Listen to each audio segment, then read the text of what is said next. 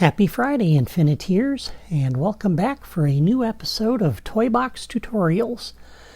As I was building the Nautilus recently, I found myself once again struggling with the crazy camera movement that can happen when I'm working with a path creator. And one of my viewers, JetBlast190, shared some helpful tips and tricks with me that I never knew about. And some of these he learned on his own. Some of them he learned from watching videos from other creators, particularly that brown bat. But these tricks were new to me, and since they were spread out over several videos in my Nautilus series, I wanted to record a special tutorial to capture them all in one place so that I could share them more effectively with you, because I know not everybody is watching my Nautilus series. So the first thing I want to do is set up a path. And I have this little balloon here. This, by the way, is my San Francisco toy box, back from episode 107, where we set up a Splatoon-like game. But I'd like to make this little blimp here move around on a path. So we're going to set up a path here using the path creator. And we're just going to have this balloon circle the toy box. So we'll bring this over here, maybe about to this point. We'll have it go past these buildings a little bit. Maybe to about this point. And we'll have it come out over this direction a little ways. Maybe to around this point. And we'll exit. And then we'll go set the path properties.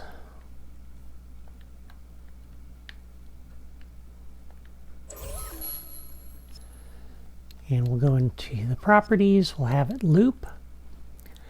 And I don't want the balloon to automatically start moving when I attach it to the path.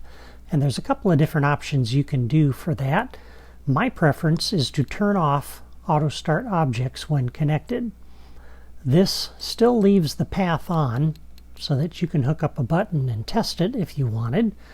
The other option is you can actually leave this on if you want and turn this off and just deactivate the path. When you're all done, you'll have to reactivate the path before you can actually have the balloon move along the path. And you can do that just by coming into the properties here or something, but it's your preference. I just prefer to turn this off and leave the path on so that I can test it if I want, and then I never have to come back into the properties. Alright, so let's go ahead and attach our balloon to our path. And you've seen me do this in earlier episodes and in other series.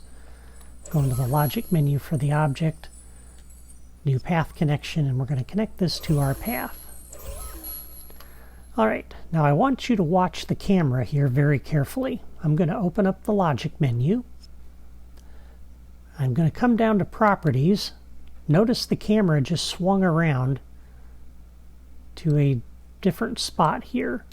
And sometimes when you go into the properties and you start scrolling up and down, you start moving some of these properties, the camera might spin a little bit more. And there's a way to get around that. That's a frustrating problem for me, and JetBlast190 saw me struggling with that in my Nautilus series, and he gave me this tip, which I never would have thought of. But if you come into the logic menu, go into new logic connection. I'm not actually going to hook anything up, just open that menu, and then hit B on my Wii U here to cancel to get back out of that. And now you'll see as I'm moving up and down, the camera doesn't spin. And we can come in here and change these things, and the camera will stay where I put it. Now the other thing that you can do is while you're in here, I can actually use the right stick to rotate the camera myself. So I have complete control over the camera. I can tilt up and down, rotate around it, get a better view of what I'm working on without having to worry about the game changing that camera view on me. And so this is a really, really good tip. I wanted to make sure I shared that with you. So I'm going to come in here, we'll orient along the path. That's the only thing I'm going to change there. Okay, so once again, when you want to change something, if you don't do new logic connection and you come down here, you'll notice the camera moves on you automatically. And if you want it to stay where you put the camera, go into here first and then back out of it. Then you can go wherever you want. All right, so that's great. Now here's another little tip. Let's say we decide, you know what, I'd like to put another building here. We'll come down to Building Sets Group 2. I'd like to put this mirror building in here. I don't want to drop this right here. But we have this bounding box problem. We now have a blimp sitting right there in the way.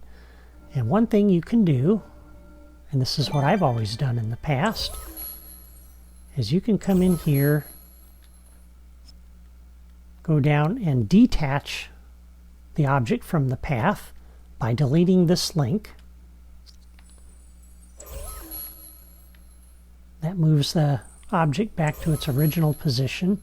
Or if you've unloaded the toy box and reloaded it, it won't actually do that, but you can physically move it. And now that it's out of the way, I can place my building. And you'll notice there's nothing in the way. The other option, though, for that, there's another way to do that without destroying your path connection. So let me reattach this to the path.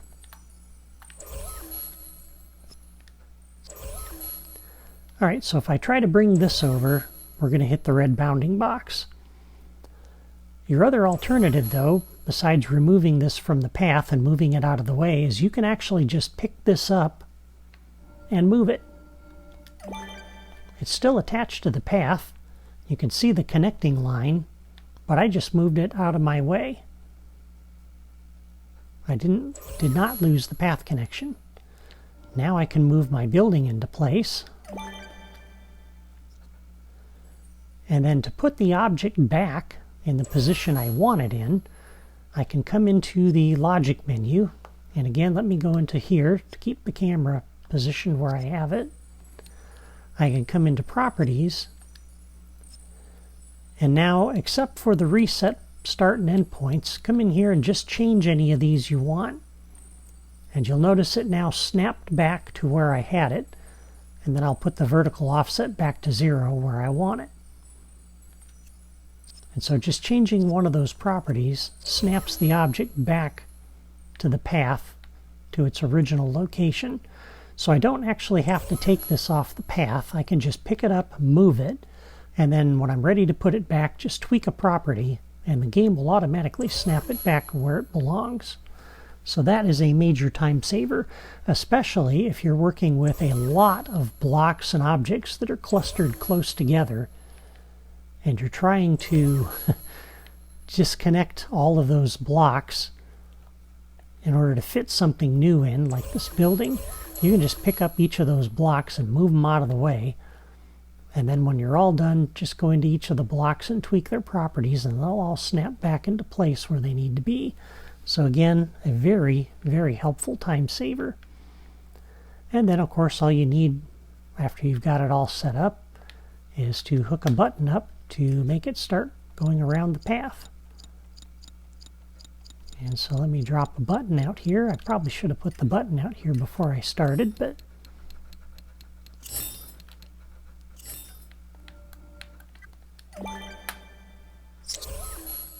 and then we just connect the button up. New logic connection when pressed. Go over to our path. Reset and play.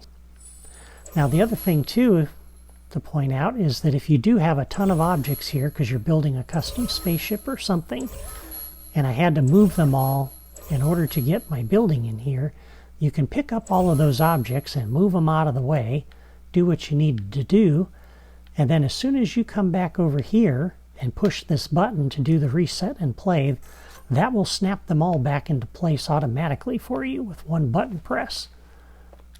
And start it moving along the path. And there we go. Now we have our balloon orbiting our arena while we play our little diffusinator game from episode 107. And that is pretty cool. And there may be some times where these tricks do not work, but most of the time they do. So hopefully these tricks will help you out when you're connecting objects to a path. Thank you for watching my video today. Before you go, please hit the like button and subscribe for more Disney Infinity Toy Box designs and tutorials like this one, and leave a comment to let me know what you think of these tips and tricks. Thanks again to JetBlast190 for sharing these with me. Have a great weekend.